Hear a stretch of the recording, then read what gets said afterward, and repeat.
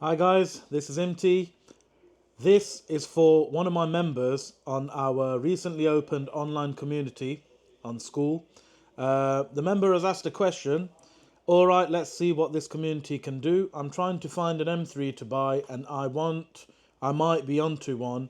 My question is, do I really need to find one with EDC?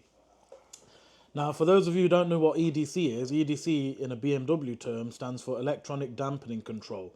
Now, as regards to E92 M3s, I actually own one up until Saturday. I've just literally done a deal with someone and sold it. For the member, you could have bought that one if you came on earlier. But anyway, nevertheless, let me explain to you the benefits of having EDC, the pros and cons, and do you really need it?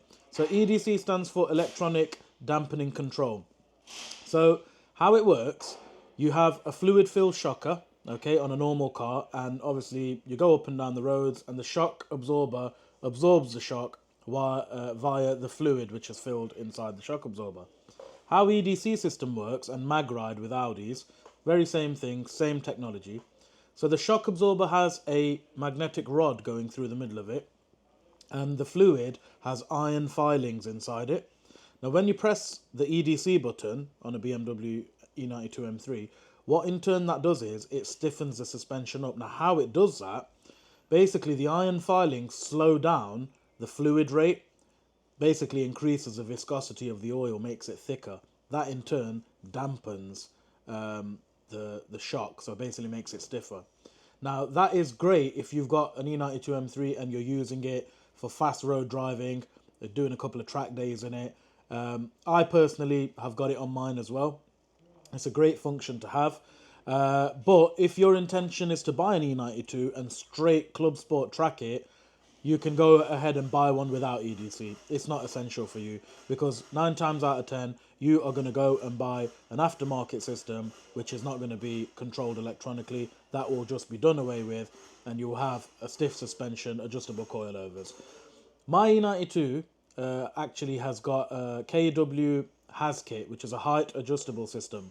So it still uses the same shock absorber, so the EDC shock absorber, but you literally put on the spring, which is adjustable with like adjusters on top and bottom.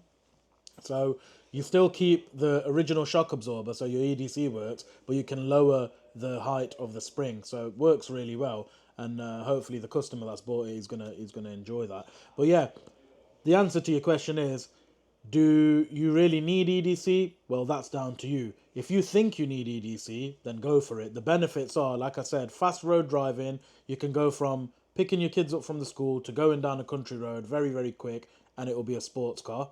You can do the odd track day in it. But if you're just buying it literally for a track purpose, you don't really need it. If you're buying it for an all-round, which the E92 M3 was designed for the road and track, they're a great track car. But if you want it for fast road driving and everyday use, I recommend you do get EDC. Really good function to have. And yeah, so you can switch between having it and not having it. So there you are.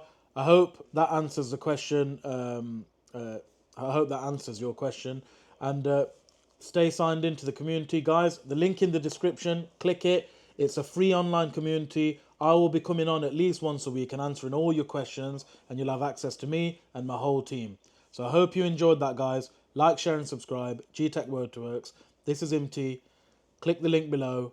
Online community, first of its kind. GTech Motorworks.